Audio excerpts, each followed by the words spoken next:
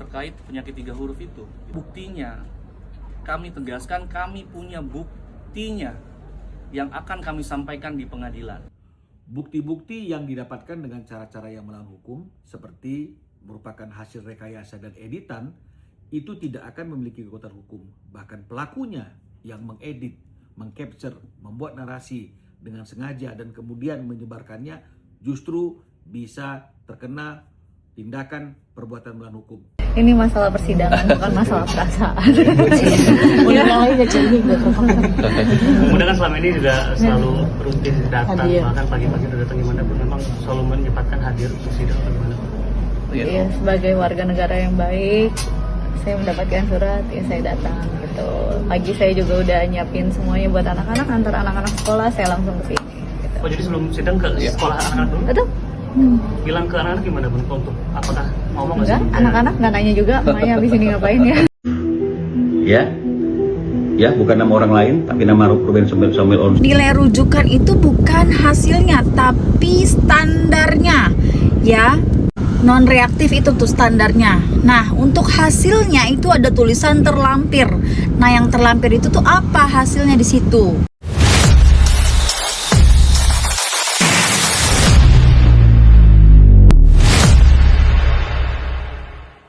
Apa buktinya dia menchatting ya terkait isu 3 huruf? Itu kami tegaskan dalam hari ini bahwa Bang Minola lupa bahwa Sarwenda adalah istri kliennya pada saat itu, ya. Jadi apapun urusan kesehatannya, dokter, rumah sakit pasti memberikan hasil dong, ya, bukti pemeriksaan, bukti lab kepada klien kami. Jadi kalau ditanya apa dasarnya klien kami menchat seperti itu, dasarnya adalah bahwa klien kami adalah istrinya pada saat itu, yang mana dia mendapatkan semua informasi dari lab, dari dokter terkait penyakit 3 huruf itu, gitu ya. Nah, sampai sekarang pun kami tidak pernah membuka apa penyakit 3 huruf itu. Semua terbuka tidak sengaja oleh apa yang dilakukan oleh kuasa hukum RO. Ya, itu yang pertama. Lalu yang kedua, apa buktinya? Kami tegaskan kami punya buktinya yang akan kami sampaikan di pengadilan.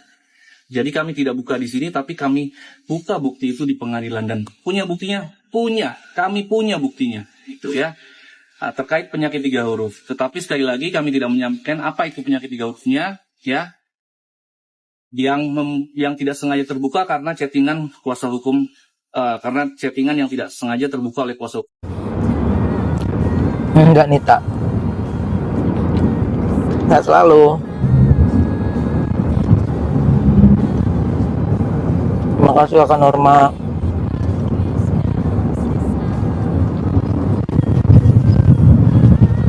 Siap, heel pitch.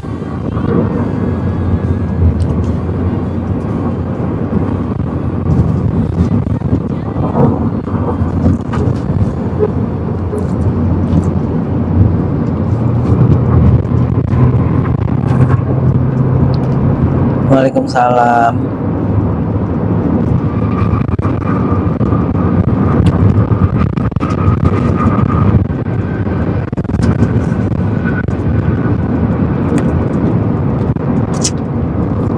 Jagi Yamoka lanang dia.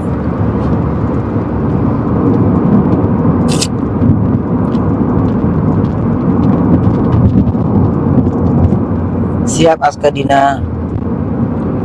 Ini masalah persidangan, bukan masalah perasaan. Kemudian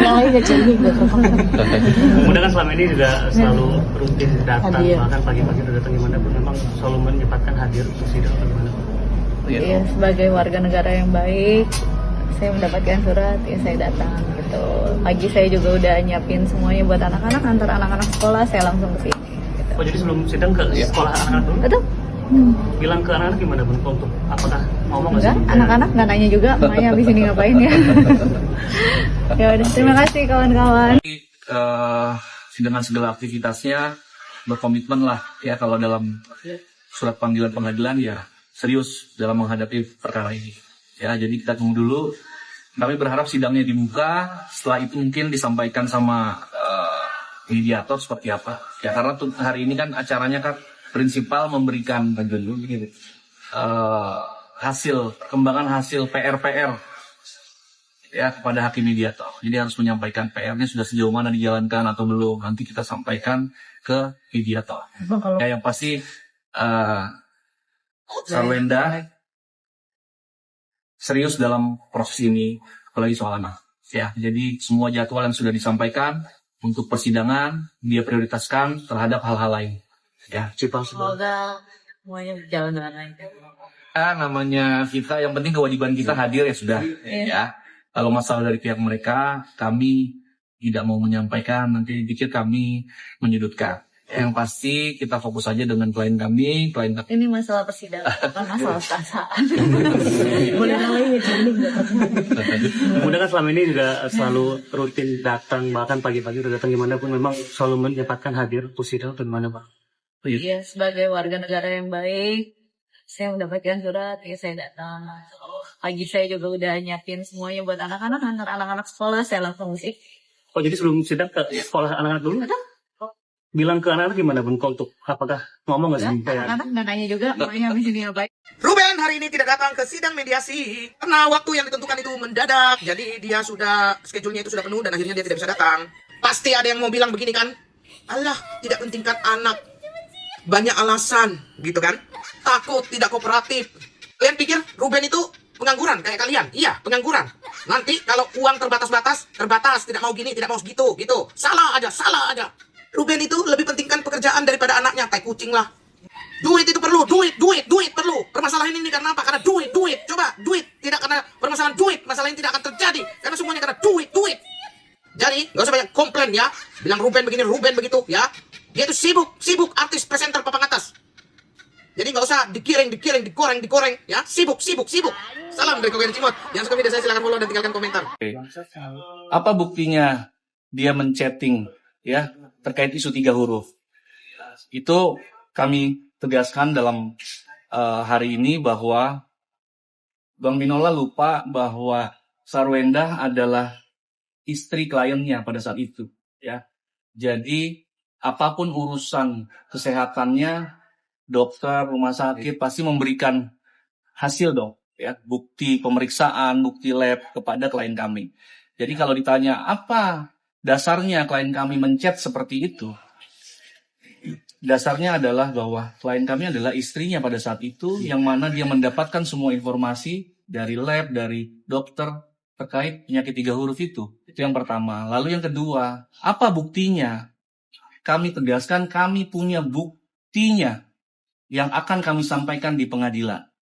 Jadi kami tidak buka di sini, tapi kami buka bukti itu di pengadilan. Dan punya buktinya? Kami punya buktinya. Ya. Terkait penyakit 3 huruf. Tetapi sekali lagi kami tidak menyampaikan apa itu penyakit 3 hurufnya, ya. Yang tidak sengaja terbuka karena chattingan kuasa hukum, karena chattingan yang tidak sengaja terbuka oleh kuasa hukum RO. Ya, lalu mereka melakukan tes juga, lalu ditunjukkan kepada media lagi tesnya terhadap 3 huruf itu juga. Ya. Nah, 3 huruf itu apa? Tidak keluar dari mulut kami. Ya. Sidang mediasi Ruben Onsu dan SW hari ini batal digelar karena apa? Ruben Onsu tidak bisa hadir hari ini. Tapi jangan salah, kemarin setelah sidang persidangan mediasi untuk mediasi, Ruben Onsu datang dan dari pihak SW nggak bisa datang. Oke. Kemudian mereka menetapkan keputusan kapan mau datang lagi. Ternyata waktu yang ditentukan oleh mereka ini berbenturan dengan jadwalnya Ruben Onsu. Ruben Onsu tidak bisa datang. Ruben Onsu juga sudah memberitahu, sudah bersurat kepada pengacaranya, sudah bersurat ke pengadilan. Ya tadi saya mendengar dari apa yang disampaikan oleh pengacara Ruben Onsu. Tetapi memang dari pihak SW tetap akan ngeyel hadir hari ini. Kan dia lucu.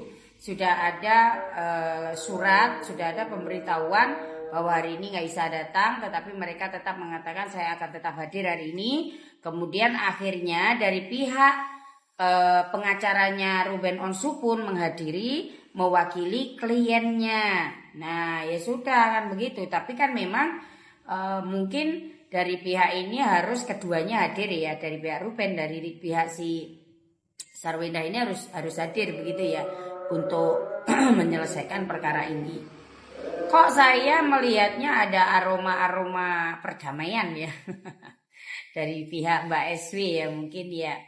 Ya mungkin isu-isu dari kawan-kawan kemarin tentang tim audit, terus kemudian tentang ini dan itu semuanya, terus alhamdulillahnya nggak ada lagi gencaran-gencaran tentang kesehatan, tentang ini dan itu. Fokus tentang anak. Seharusnya kalian itu nggak perlu egois.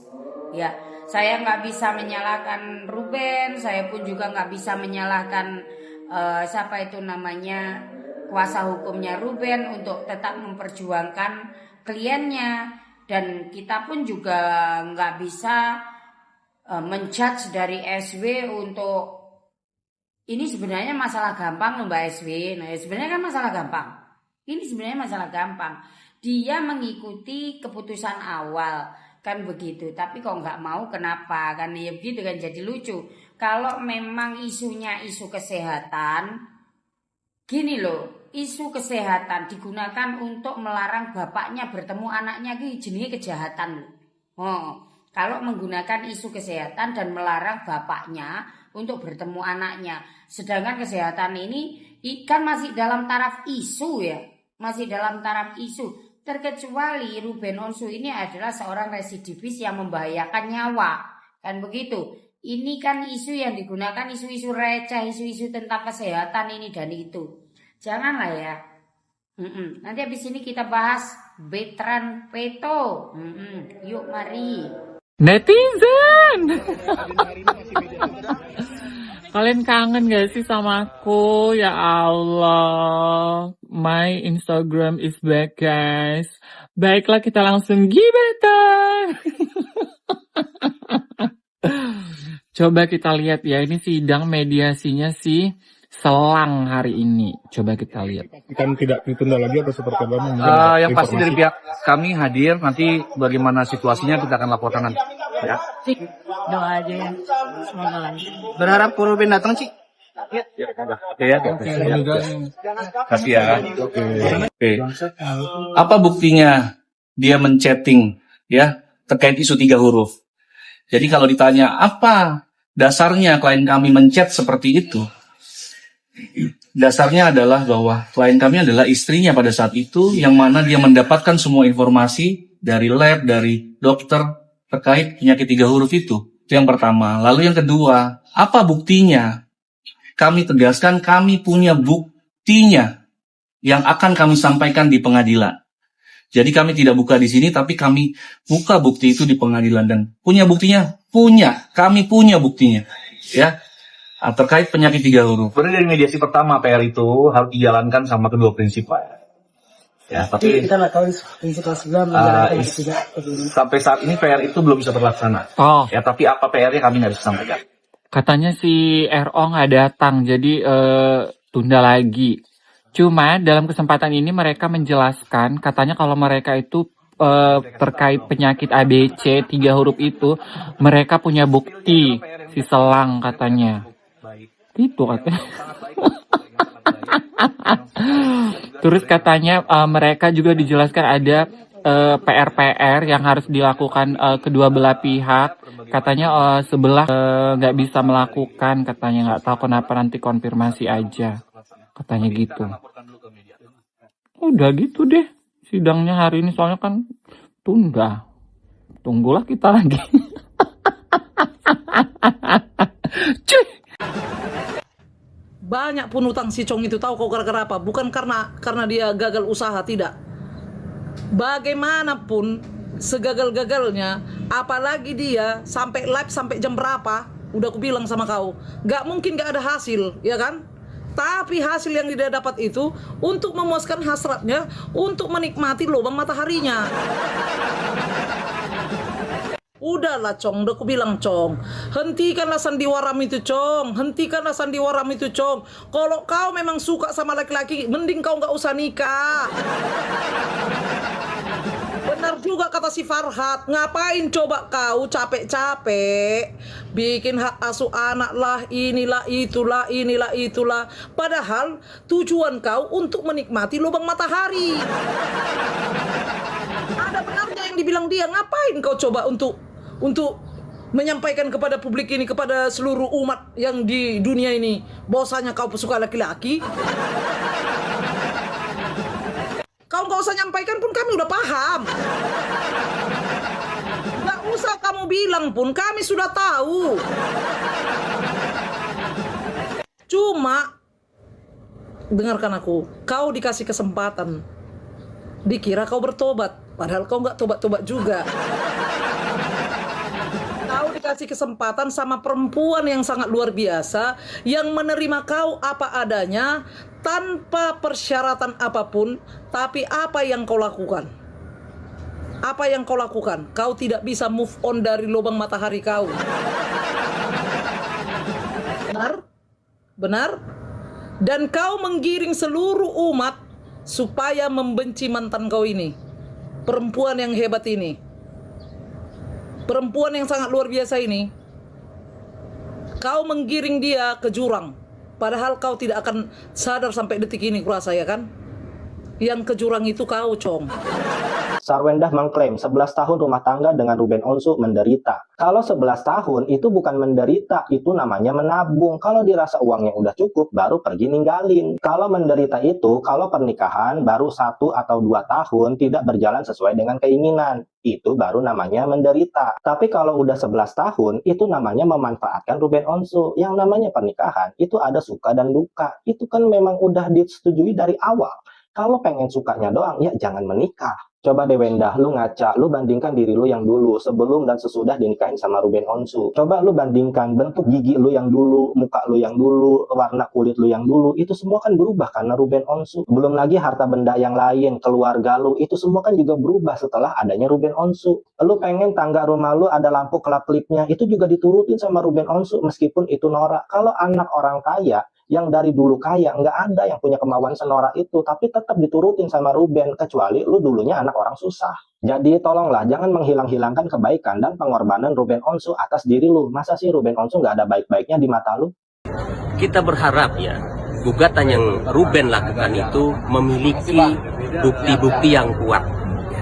Kalau dasarnya bukti yang ada di media sosial ini ya terkait eksploitasi anak dan sebagainya itu tipis kemungkinan ya. Saya bukan membela atau apapun, karena kalau kita lihat ya dari sisi Sarwendah, sejak anak itu belum bercerai kan yang mengasuh Sarwendah, ya nggak, sampai anak itu besar hingga saat ini.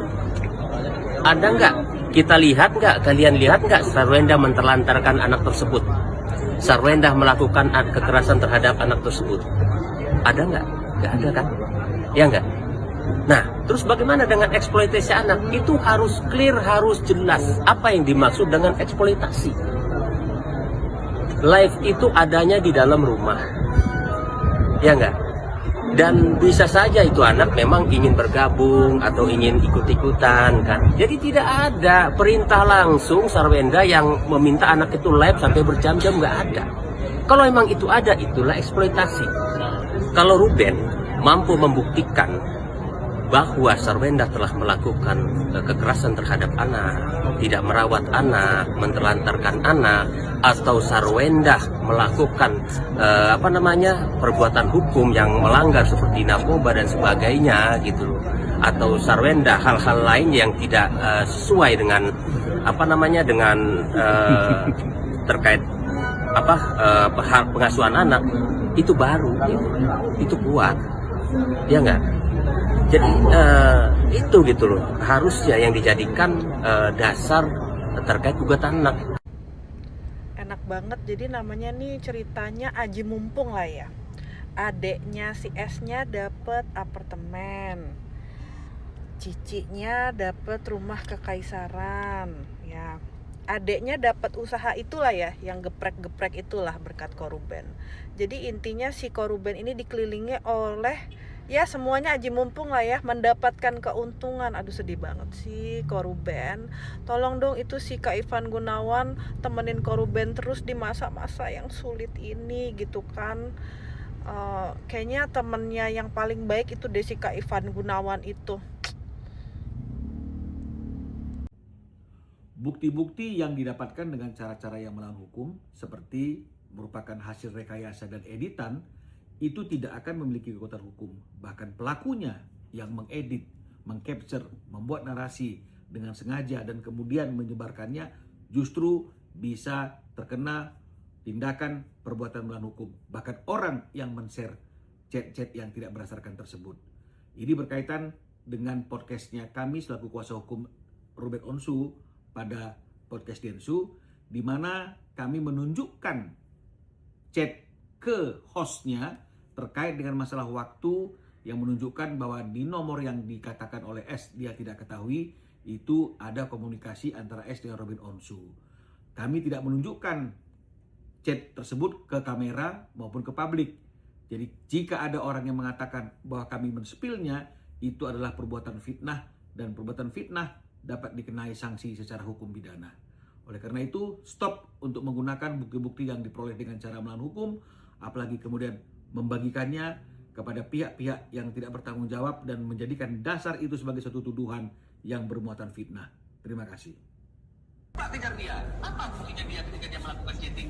Ada isu 3 huruf itu. Dia tahu nggak? Ya, jadi dalam video ini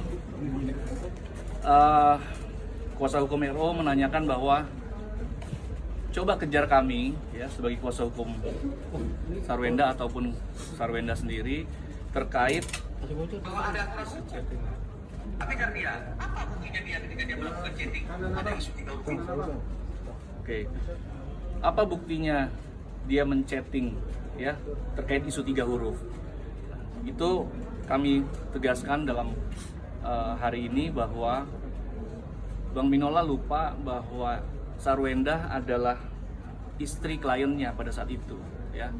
Jadi apapun urusan kesehatannya, dokter, rumah sakit pasti memberikan hasil dong ya, bukti pemeriksaan, bukti lab kepada klien kami. Jadi kalau ditanya apa dasarnya klien kami menchat seperti itu, dasarnya adalah bahwa klien kami adalah istrinya pada saat itu, yang mana dia mendapatkan semua informasi dari lab, dari dokter terkait penyakit 3 huruf itu, gitu ya. Nah, sampai sekarang pun kami tidak pernah membuka apa penyakit 3 huruf itu. Semua terbuka tidak sengaja oleh apa yang dilakukan oleh kuasa hukum RO, ya. Itu yang pertama. Lalu yang kedua, apa buktinya? Kami tegaskan kami punya buktinya yang akan kami sampaikan di pengadilan. Jadi kami tidak buka di sini, tapi kami buka bukti itu di pengadilan dan punya buktinya, kami punya buktinya, gitu ya. Nah, terkait penyakit 3 huruf. Tetapi sekali lagi kami tidak menyampaikan apa itu penyakit 3 hurufnya, ya. Yang tidak sengaja terbuka karena chattingan kuasa hukum, karena chattingan yang tidak sengaja terbuka oleh kuasa hukum RO, ya. Hai Cici SW, apa kabarmu? Semoga kamu sehat-sehat ya, dan juga anak-anakmu ya. Barusan ini saya melihat beberapa penggalan VT-VT-mu saat kamu mungkin berjualan hari ini nih, saya lihat ya. Saya lihat kamu terlihat sehat, seger ya, dan mulai kembali semangat ya. Tapi kayaknya saya lihat sudah tidak didampingi oleh pacarmu Gio ya. Nah, di sini saya melihat VT-mu itu sepertinya kamu sudah mulai kembali melontarkan sindiran-sindiran halus ya. Cici SW, saran saya nih ya, sudahilah ya. Jangan lagi kamu mengeluarkan sindiran apapun ya yang akan menjadi memperkeruh suasana kalian berdua ya. Apalagi kan Koer itu adalah mantan suamimu dan juga ayah anak-anakmu ya. Jangan melukai hati anak-anakmu juga ya. Apapun anak-anakmu itu pasti di dalam hatinya yang terdalam ya, dia sangat menyayangi ayahnya ya. Cuma karena lagi situasi seperti inilah yang membuat jarak antara ayah dan anak menjadi jauh ya. Jangan seperti itulah Cici SW ya. Kalau kamu memang jualan lah ya, supaya kamu juga diberkati Tuhan ya. Jualanmu banyak yang membeli ya. Walaupun saat ini saya lihat banyak emoticon di live kamu ya. Jadi Cici SW tetaplah semangat jualan ya. Bersama karyawanmu dan partnermu saat ini ya. Semoga kalian berdua sehat-sehat ya. Walaupun mungkin banyak emotikon, jangan membuat kamu jadi luruh hatinya ya. Tetapi satu pesan saya ya, sudahi ya, apapun koer itu pernah hadir dalam hidupmu, pernah berbuat baik di dalam hidupmu ya, dan yang paling penting dia adalah ayah dari anak-anakmu ya. Jadi hargai dia ya, supaya anak-anakmu itu juga bisa menghormati ayahnya ya, tidak menjadi hujatan-hujatan yang akan datang kepada ayah anak-anakmu ini ya. Oke Cici SW, sorry kalau saya bicara seperti ini untuk kamu, demi kebaikan kamu dan anak-anakmu. Oke, bye-bye, God bless you. Alhamdulillah tadi kita sudah bertemu dengan mediatornya ya. Kami sudah sampaikan perkembangan terhadap PR-PR yang ditugaskan yang alhamdulillah tadi kita sudah bertemu dengan mediatornya ya. Kami sudah sampaikan perkembangan terhadap PR-PR yang ditugaskan yang diminta oleh mediator ya. Memang pada saat mediator dari pihak penggugat tidak hadir, dengan sudah memberikan surat katanya gitu ya. Ya kita hormati saja. Yang pasti Bu Wenda sudah menyampaikan PR-nya, perkembangannya seperti apa. Tapi PR-nya apa kami tidak bisa sampaikan. Ya, nanti kami akan hadir lagi menunggu relas panggilan selanjutnya. Ya, kemungkinan minggu depan. Ya, itu aja ya. Mohon doanya semoga bisa selesai dengan sebaik-baiknya. PR-nya apa Bang? Bang, ya, tapi dengan situasi kondisi medan pertempuran yang seperti ini, dia sedikit banyak sudah menyadari, waduh saya nanti bisa kalah dalam persidangan ini, dalam perebutan hak asuh anak. Tapi kenapa dia maju? Ya, ada simbol strength, tentunya dia ingin menuntut sebuah keadilan. Kalau menurut perkataan Ruben, dia kan ingin ada ketetapan hukum terkait dari waktu luang untuk dirinya dalam bertemu dengan anak-anaknya, itu kan ya. Jadi harus ada ketetapan hukum di sini. Itu yang diharapkan Ruben. Walaupun sebenarnya Ruben ingin bisa menang, tapi dia menyadari banyak hal di sini yang bisa membuat dia terkalahkan dalam perebutan hak asuh anak, dan dia sudah rilis ini, sudah siap untuk itu. Ya. Kemudian seandainya Sarwenda memenangkan hak asuh anak, dari prediksi saya yang dulu, memang Sarwenda yang bakal memenangkan hak asuh anak. Nah, ketika memenangkan hak asuh anak, biasanya kan ada ketetapan waktu yang diberikan antara ibu dan ayah, ya toh.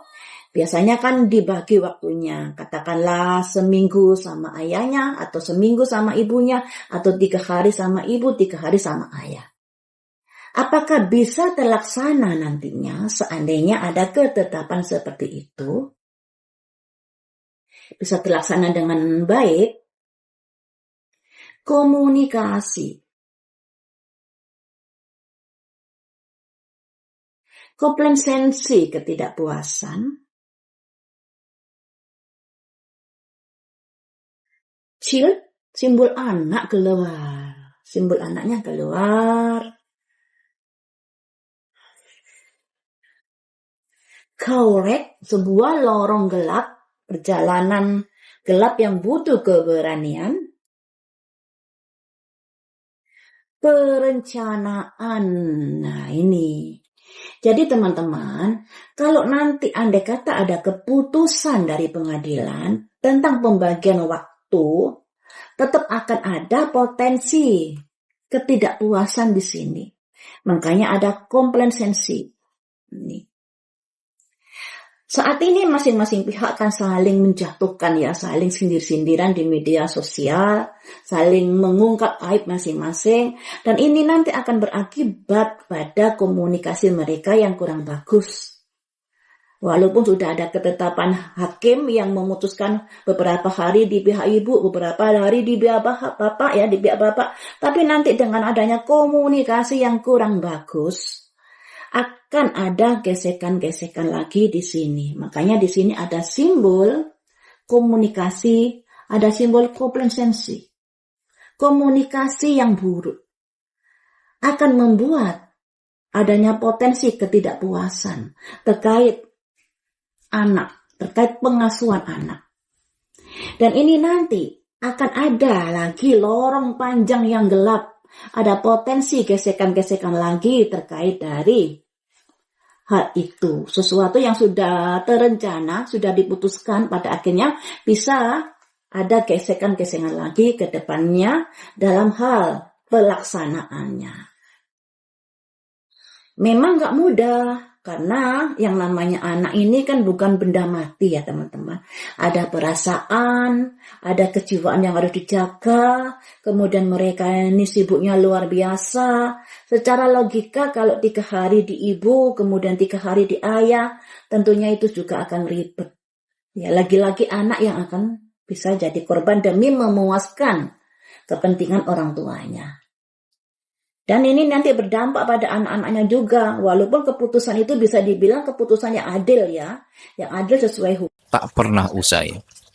Drama queen. Istilah ini mungkin terdengar kasar ya, tapi jika kita telusuri jejaknya, publik itu mulai melihat pola yang berulang. Narasi korban, tangisan di podcast, selalu menjadikan anak sebagai tameng, klarifikasi dadakan, dan tuduhan-tuduhan tanpa bukti. Ini bukan sekedar emosi wanita ya. Ini adalah pola perilaku yang dalam psikologi disebut histrionic personality traits, kebutuhan berlebihan akan perhatian, emosi yang meledak-ledak, dan kecenderungan dramatisasi. Nah, saya akan bedah ya 5 buktinya. Yang pertama, ini saat di podcast DS ya. Nah, artis SW ini nangis terseduh-seduh ya. Dia ngomong, anak saya dibully di media sosial sekolahnya. Dibilang, anak gak tahu diri, anak ini, anak itu. Saya sebagai ibu sakit hati dan sedih sekali. Pada saat Agustus tanggal 7, dia menggugah klarifikasi. Opini bahwa perundungan terjadi di lingkungan sekolah anak-anak saya adalah tidak benar. Dia menegaskan bullying terjadi di media sosial, bukan di sekolah. Nah, kalau saya analisis secara psikologi, ini disebut dengan shifting naratif ya, mengubah cerita saat narasi lama mulai lemah. Ini adalah mekanisme pertahanan yang disebut gaslighting, memanipulasi realitas agar orang lain meragukan fakta. Bukti kedua, klaim 20 miliar rupiah ya, dan angka ini nggak pernah tuntas ya. Dia ini menyebut angka 20 miliar untuk pembangunan rumah Gonogini. Nah, ketika publik mempertanyakan, dia justru mengalihkan isu dengan menantang pihak lain untuk membuktikan. Ini sebenarnya disebut dengan fake confession, pengakuan yang tidak jelas untuk menghindari verifikasi. Nah, dalam psikologi, ini disebut dengan deflection, mengalihkan perhatian dari masalah utama dengan menciptakan isu baru.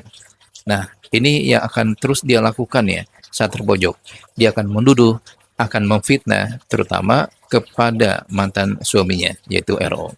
Ini bukti ketiga, 8 Agustus yang lalu, SW ini mengunggah video peringatan 1 tahun wafatnya sang ayah. Kolom komentarnya itu justru dibanjiri hujatan ya. Netizen membandingkan kerinduannya pada ayah dengan kerinduan anak-anaknya pada RO. Nah, kalau secara psikologis saya analisa, ini adalah backfire effect ya. Ketika upaya membangun simpati itu justru berbalik menjadi serangan. Nah, SW ini mungkin mengunggah video itu dengan tulus ya. Tapi jejak digitalnya itu kan masih ada ya. Tentang tuduhan, klarifikasi, dan narasi yang berubah-ubah. Ini sudah bikin publik kehilangan kepercayaan. Ini ada trust issue ya. Dalam serat Centini, tilas laku iko ora bisa dipungkiri. Saben tumindak bakal ninggal jejak. Jejak perilaku tidak bisa dipungkiri ya. Setiap tindakan akan meninggalkan bekas. Nah, ini yang dirasakan oleh SW. Sing nandur eri, bakal panen eri. Bukti keempat, ini live tanpa cowok mokondonya ya. Dan ini kemesraannya sudah mulai hilang ya. Faktanya, 7 Agustus yang lalu, SW live jualan tanpa G. Dan ini tanpa alasan ya. Selama ini, mereka ini sering tampil bersama ya. bahkan diduga hingga melakukan tindakan asusila di live TikTok. Dari sini kita bisa menilai ya, ini ada tanda transactional relationship, hubungan yang dibangun di atas keuntungan, bukan komitmennya. G, dapetin akses ke kekayaan dan popularitas SW. Dan SW dapetin figur pria yang bikin dia itu happy ya, bikin dia puas ya. Nah, kita juga nggak tahu puas ini dalam artian fisik atau artian apa. Tapi publik bisa menilai saat menonton langsung mereka bermesraan di live TikTok yang dibungkus dengan jualan. Bukti kelima, jawaban nggak nyambung ya. Dan ini dia nggak nyadar, publik ini mulai cerdas. Dalam podcast DS sebenarnya negur SW ya soal kemesraannya dengan G ini. Tapi jawaban SW ini justru dinilai nggak nyambung ya oleh warganet. Kan kalau saya analisis secara psikologi, ini adalah tanda cognitive dissonance, ketidaknyamanan mental ketika dia itu mencoba untuk mempertahankan dua keyakinan yang bertentangan. Nah, SW ingin terlihat sebagai ibu yang baik ya, ibu yang bijak, sayang anak, sekaligus membela hubungan kontroversialnya dengan cowok Mukondo.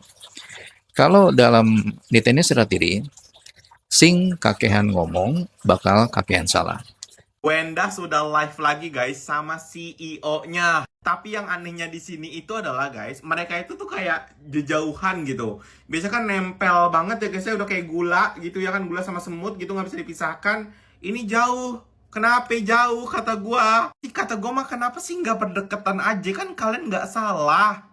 Kalian nggak salah, kalian tuh nggak salah. Kalian kan Papio dan Mamio. Harusnya tuh kayak deket-deket dong, bermesraan lagi gitu. Jangan jauh-jauhan gitu, nggak enak dilihatnya. Terus live-nya tuh aneh gitu guys, kayak celingak, celinguk, celingak, celinguk. Kata gue, lu nungguin apa? Kenapa lu nungguin ada yang bertanya kah? Atau apa kah gitu? Tapi nggak apa-apa sih guys ya, apapun itu ya udah deh ya kan. Mungkin mereka itu mengambil pelajaran dari masalah-masalah yang kemarin, bahwa bermesraan di live itu tidak baik.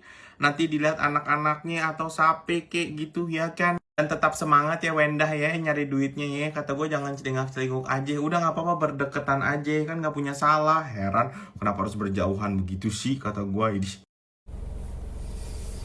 Netizen Indonesia harus tahu ya, masih digembor-gemborkan.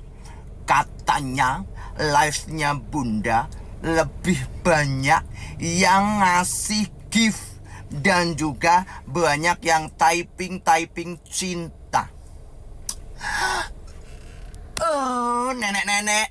Nenek semuanya, gua kasih tahu ya. Konsep dagang itu berjualan untuk mendapatkan pembelian, bukan untuk mendapatkan sumbangan. Harusnya itu typingnya, ayah aku sudah CO, ayah aku sudah CO, ayah aku sudah CO. Check out yang dibutuhkan, bukan typing cinta dan juga sumbangan. Gue mikir ini konsepnya mau jualan online apa mau ngemis online, bingung kan? Harusnya itu yang diprioritaskan dari jualan adalah penjualannya, gitu loh, penjualannya. Kalau cuman sumbangan yang 1.000-2.000, hello. Ini konsepnya berdagang, jualan, bukan nyari sumbangan. Begitu loh nenek-nenek semuanya. Bunda kalian gimana sih? Kalau misalkan kalian semuanya mau mendukung bundamu, ya beli.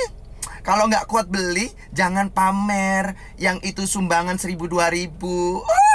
Konsepnya berdagang itu adalah jualan. Check out yang paling penting. Hasil jualan. Kalau cuman berapa puluh ribu itu aja apa sih? Beda kali dengan yang ayah gue. Ayah gue jualan ya, bukan ngemis online. Sorry, banyak yang CO, hasilnya tuh juga berjuta-juta, puluh juta, bahkan ratusan juta. Gitu konsepnya. Paham nenek-nenek? Reaksi Sarwenda setelah Ruben Onsu absen mediasi hari ini. Diketahui absen Ruben Onsu mediasi lanjutan perkara hak asuh anak di Pengadilan Negeri Jakarta Selatan pada Rabu 12 Agustus 2026. Alasannya karena waktu mediasi berbenturan dengan jadwal mediasi. Walaupun sang mantan suami tak hadir, namun ibu 3 anak ini masih mengatakan kehadirannya di pengadilan merupakan bentuk tanggung jawabnya sebagai warga negara yang patuh pada hukum. Dan juga sebagai warga negara yang baik, saya mengusahakan datang ketika mendapatkan surat dari pengadilan. Tadi pagi, sebelum ke pengadilan, saya ngurus anak-anak dulu dan mengantarkan mereka ke sekolah. Tuturnya saat ditemui di PN Jakarta Selatan Rabu 12 Agustus 2026. Mantan personel Cirebon itu enggan menanggapi lebih jauh terkait ketidakhadiran Ruben Onsu. Dia juga mengaku enggan melibatkan emosi pribadi dalam ruangan urusan legalitas formal di pengadilan. Ini masalah persidangan, bukan soal perasaan. Doakan saja yang terbaik. Semoga semuanya berjalan dengan lancar, kata Sarwenda melanjutkan. Selain itu, sebelumnya kuasa hukum Ruben Onsu William Rando memberikan klarifikasi terkait alasan kliennya mangkir dari mediasi pada hari ini. Dia juga mengungkapkan perubahan jadwal sidang yang mendadak berbenturan dengan agenda penting sang presenter. Jadi kami itu baru menerima pemberitahuan jadwal mediasi itu pada 7 Agustus 2026. Namun ternyata Ruben ada kepentingan lain yang sudah disiapkan sejak jauh hari.